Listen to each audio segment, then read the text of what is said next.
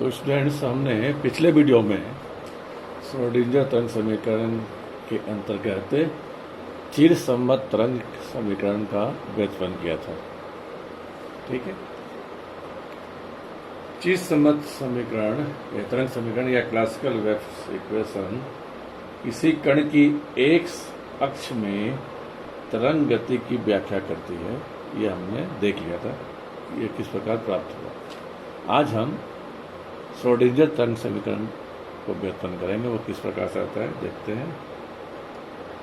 Schrodinger ने द्रव्योगली की द्रव्य तरंगों पर गणितीय गणनाएं लागू करके परमाणु में इलेक्ट्रॉनों के पाए जाने की प्रायिकता का परिकलन किया। श्रोडिंगर समीकरण इस तथ्य पर आधारित है कि नाभिक के चारों ओर इलेक्ट्रॉन जो है अपरिगामी तरंगों के रूप में पाए जाते हैं। अब अपरिगामी तरंग क्या हो गए, वो इस प्रकार से हो जाएंगे आपके। जैसे ये है, इस प्रकार से लगभग ये अपरिगामी तरंग हो गए। ठीक है, श्रोडिंगर तरंग समीकरण परमाणु या अणुओं में इलेक्ट्रॉनों के तरंग के व्यवहार की व्याख्या करते हैं। यहाँ बोर द्वारा प्रस्तावित कक्षक की डिस्क्रीट ऊर्जा स्तर को गणितीय फलन साई द्वारा प्रतिस्थापित किया गया। गणितीय फलन साई द्वारा प्रतिस्थापित किया गया, जो कि नाभिक के चारों ओर इलेक्ट्रॉन के पाए जाने की प्रायिकता से संबंधित है। इसके लिए एक सरल तरंग गति, जैसे तनी हुई डोरी के कंपन के समान, को लेते हैं। माना कि एक्स अक्ष में किसी समय टी पर किसी बिंदु पर वाई कंपन का आयाम है। समय क्या है हमारे पास, टी, और वाई जो है वो क्या है, कंपन का आयाम।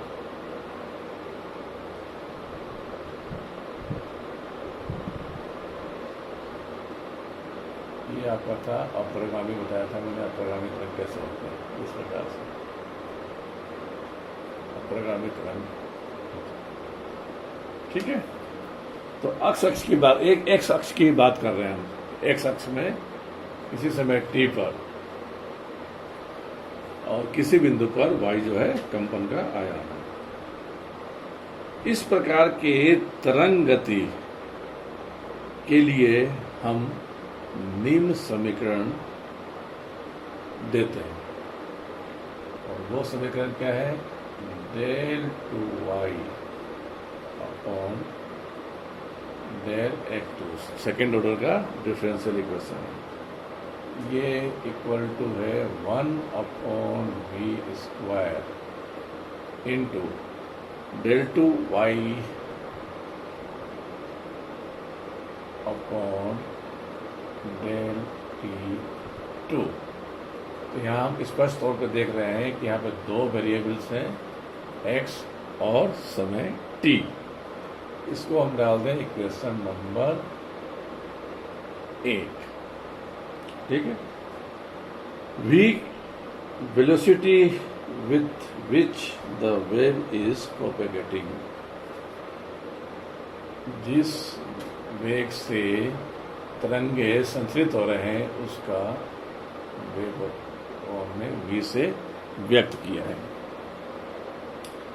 यहाँ पर दो चर हैं, वेरिएबल्स हैं x और t। इसका तात्पर्य यह है कि जो एम्पलीट्यूड y है, कंपन का जो आयाम y है, वह इन चरों पर निर्भर करता है, मतलब x और t पर निर्भर करता है। अब समीकरण नंबर 1 को हल करने के लिए यह आवश्यक है कि इन दोनों वेरिएबल्स को हम पृथक पृथक कर लिखें। तो कैसे होगा ये, तो इन्हें सेपरेट रूप में लिखने के लिए हम निम्न समीकरण लिखेंगे। y इज इक्वल टू फलन ऑफ x और फलन ऑफ t, यहाँ पे हमने जी टी, एक फलन हम ले लिया हमने एफ एक्स, एक्स का फलन, और दूसरा टी का फलन। इसको डाल दें हम इक्वेशन नंबर 2, राइट। तो क्या हो गया यहाँ पे, एफ एक्स और जी टी के रूप में पृथक पृथक लिख दिया। और एफ एक्स क्या है, function of the coordinate x only, सिर्फ एक्स का कोऑर्डिनेट। और जी टी इसी प्रकार से, जी टी का हो जाएगा फंक्शन ऑफ द टाइम, समय का फलन जो है वो जी टी है, और एक्स का जो फलन है वो एफ एक्स है, सिर्फ एक्स का और सिर्फ टी का, ये ध्यान रखना। किसी अपरिगामी तरंगों के लिए जो फंक्शन जी टी है उसे हम निम्न प्रकार से लिख सकते हैं। अपरिगामी तरंगों के लिए हम जी टी को इस प्रकार से लिख सकते हैं, G T is equal to A sine 2 pi nu T, ठीक है। ये हो जाएगा हमारा इक्वेशन नंबर 3। अपरिगामी तरंगों के लिए हम जी टी को इस प्रकार से व्यक्त कर सकते हैं।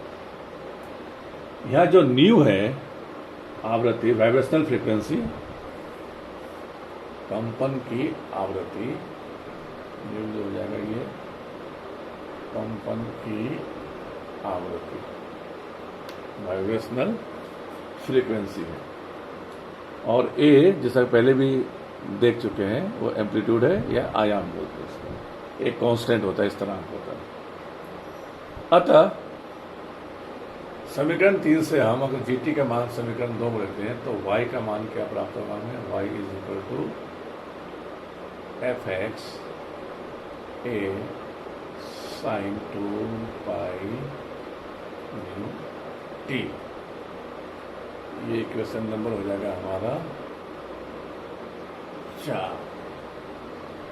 अब समीकरण नंबर 4 को हम 2 बार अवकलन करेंगे, मतलब सेकेंड ऑर्डर अवकलन।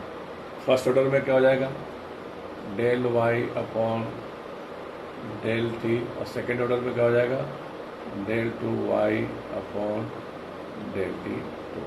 तो हम सेकेंड ऑर्डर का डिफरेंशियल यहाँ पर करेंगे, ठीक है। तो क्या प्राप्त होगा हमें, फर्स्ट ऑर्डर में क्या प्राप्त होगा। अगर हम फर्स्ट ऑर्डर में जाएं, देखें यहाँ पर एफ एक्स से कोई मतलब नहीं है, क्योंकि टी जो है अवकलन क्या कर रहे हैं हम, टी के सापेक्ष कर रहे हैं। तो एफ एक्स यहाँ पर स्थिरांक रहेगा, तो ये क्योंकि जी टी जो है सिर्फ टी का फलन है, ए भी स्थिरांक है, ए आ जाएगा साइन थीटा का कोस 2 पाई न्यू टी, और 2 पाई न्यू टी का टी के सापेक्ष अवकलन करेंगे तो 2 पाई न्यू। सेकेंड ऑर्डर में क्या हो जाएगा, एफ एक्स ऐसे ही रहेगा, ठीक है। ए भी हमारा वही रहेगा, कोस थीटा का अगर हम डिफ्रेंशिएट करते हैं तो क्या हो जाएगा, minus sine 2 pi nu t, 2 pi nu है ही ऑलरेडी, और वापस से 2 पाई न्यू टी के सापेक्ष अवकलन करें। तो कुल मिला के हमारे पास क्या प्राप्त हो रहा है यहाँ पर, अब -4 पाई स्क्वायर न्यू स्क्वायर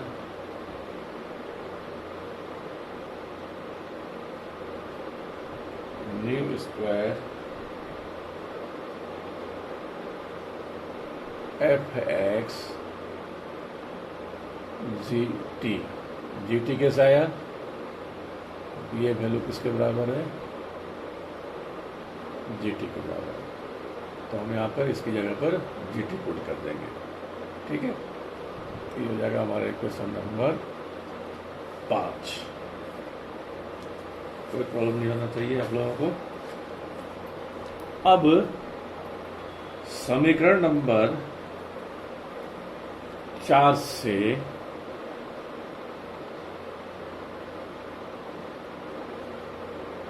समीकरण नंबर 4 नहीं लेंगे यहाँ पे, 2 से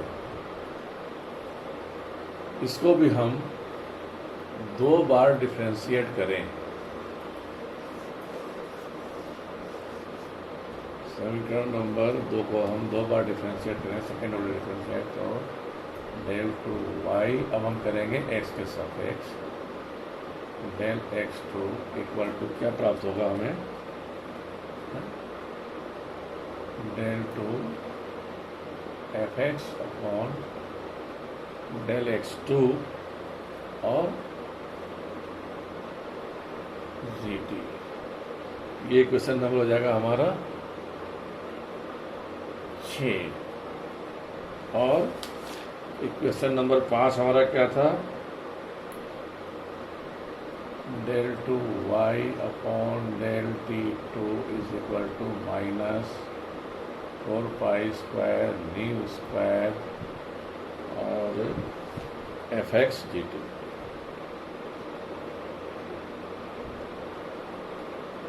ये था हमारा समीकरण नंबर 4। अब हम देखते हैं कि समीकरण नंबर 4 से d2 del two y upon dt2 और समीकरण नंबर 6 से del two y upon del x2 का मान, ये समीकरण नंबर था हमारा 5। समीकरण नंबर 5 से del two y upon del t2 का मान और समीकरण नंबर 6 से del two y upon del x2 का मान समीकरण नंबर 1 में रखते हैं या प्रतिस्थापित कर देते हैं, तो हमें क्या प्राप्त होगा देख लीजिए। या दूसरे तो मैं भी बोल सकते हैं कि समीकरण नंबर 1, 5 और 6 की सहायता से हमें एक नया समीकरण प्राप्त होगा। वो कैसा होगा, del two y upon del x2 का मतलब क्या हो गया, del two fx upon del x2 और साथ में क्या है gt is equal to 1 upon v square और del two y upon del t का मान है minus 4π² nu square fx gt। ये gt से ये gt हो गया आपका कैंसिल, तो हमारे पास क्या बचा, del two fx upon del x2 is equal to minus 1 upon v square 4π² nu square fx। इसको डाल दें हम इक्वेशन नंबर 7। v क्या है हमारा यहाँ पर, वेग। अब वेग को हम आवृत्ति से किस प्रकार संबंधित करते हैं, जैसे कि आपने पढ़ा होगा c equal to n lambda. इसी प्रकार से अगर हम c की जगह v लेते हैं, v equal to nu lambda. ठीक है, इसका उपयोग करके हम देखते हैं कि जो न्यू है वो क्या हो जाएगा, v अपॉन लैम्डा। और nu square is equal to v square upon lambda square. तो न्यू स्क्वायर का यह जो मान है उसको हम समीकरण नंबर 7 में प्रतिस्थापित करें तो हमारे पास क्या इक्वेशन मिलेगा, अब वो देखें।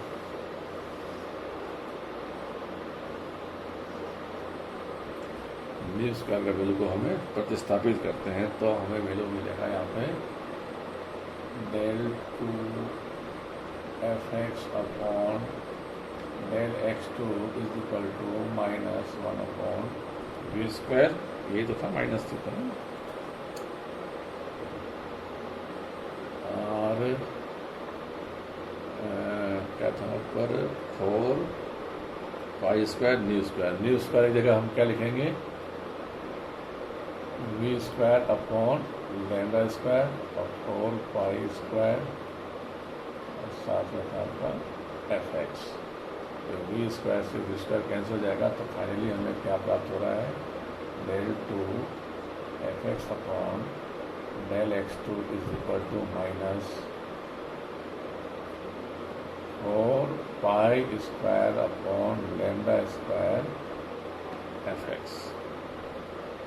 ठीक है, ये हो जाएगा हमारा इक्वेशन नंबर 8। और ये जो समीकरण है श्रोडिंगर तरंग समीकरण का ही एक रूप है जो सिर्फ एक अक्ष में या एक विमीय में है। ठीक है ना।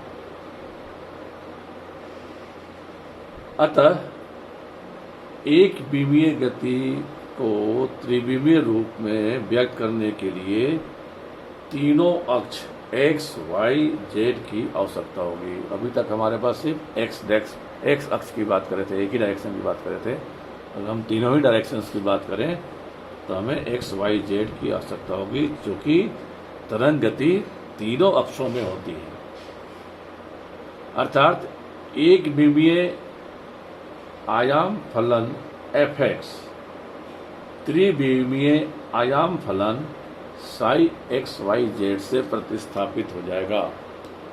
मतलब एफ एक्स जो है किससे प्रतिस्थापित हो जाएगा साई एक्स वाई और जेड से, अगर हम त्रिविमीय गति की बात करते हैं तो। ऐसी स्थिति में जो समीकरण नंबर 8 है और साई एक्स वाई जेड यहाँ भी ध्यान है, साई एक्स वाई जेड को हम साई भी लिख सकते हैं। तो ऐसी स्थिति में जो हमारा समीकरण नंबर 8 है, अब क्या हो जाएगा उसके, जैसे ये एफ एक्स को अगर हम एक्स वाई जेड तीनों डायरेक्शन में शो करना हो तो ये क्या हो जाएगा हमारा del 2 psi upon del x2 plus del 2 psi upon del y2 plus del 2 psi upon del z2 और क्या है साथ में equal to minus 4 pi square upon lambda square f x की जगह पर हम साई। ये रहेगा हमारा इक्वेशन नंबर 9। de Broglie समीकरण के अनुसार हम जानते हैं कि लैम्डा इज इक्वल टू क्या होता है h upon m b according to de Broglie समीकरण। अगर हम लैम्डा के इस वैल्यू को समीकरण नंबर 9 में लैम्डा स्क्वायर की जगह पर पुट कर दें, प्रतिस्थापित कर दें, तो हमें एक नया समीकरण प्राप्त होगा।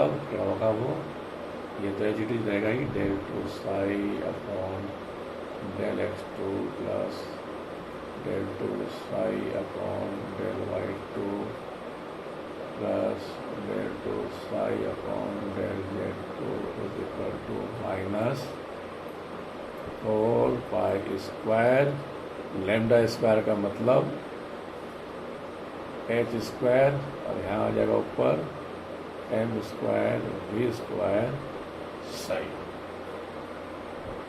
ये हो जाएगा हमारा इक्वेशन नंबर 10। यहाँ n जो है मास ऑफ पार्टिकल कण का द्रव्यमान है और जो v है वो है कण का वेग। ठीक है, अब हम जानते हैं कि कुल ऊर्जा टोटल एनर्जी E किसके बराबर होता है, गतिज ऊर्जा प्लस स्थितिज ऊर्जा। कुल ऊर्जा ई इसके बराबर है kinetic energy plus potential energy, गतिज ऊर्जा और स्थितिज ऊर्जा। गतिज ऊर्जा क्या होता है? हाफ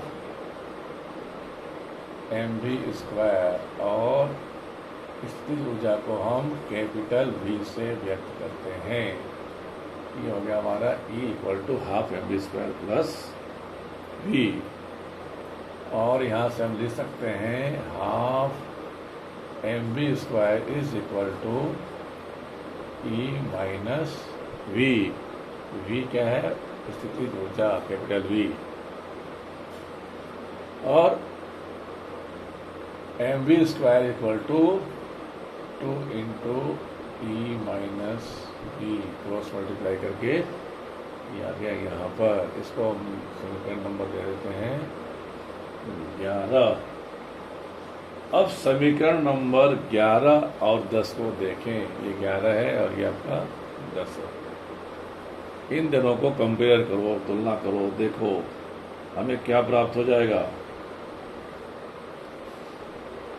mv² की जगह यहाँ पे क्या है? m² v²।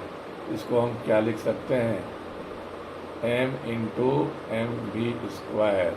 तो इस mv² की जगह पर हम ये वैल्यू पुट कर देंगे, तब हमें क्या प्राप्त हो जाएगा?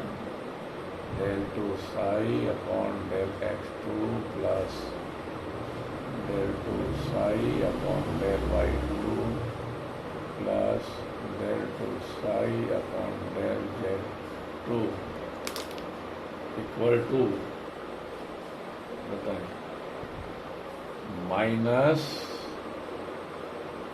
4π²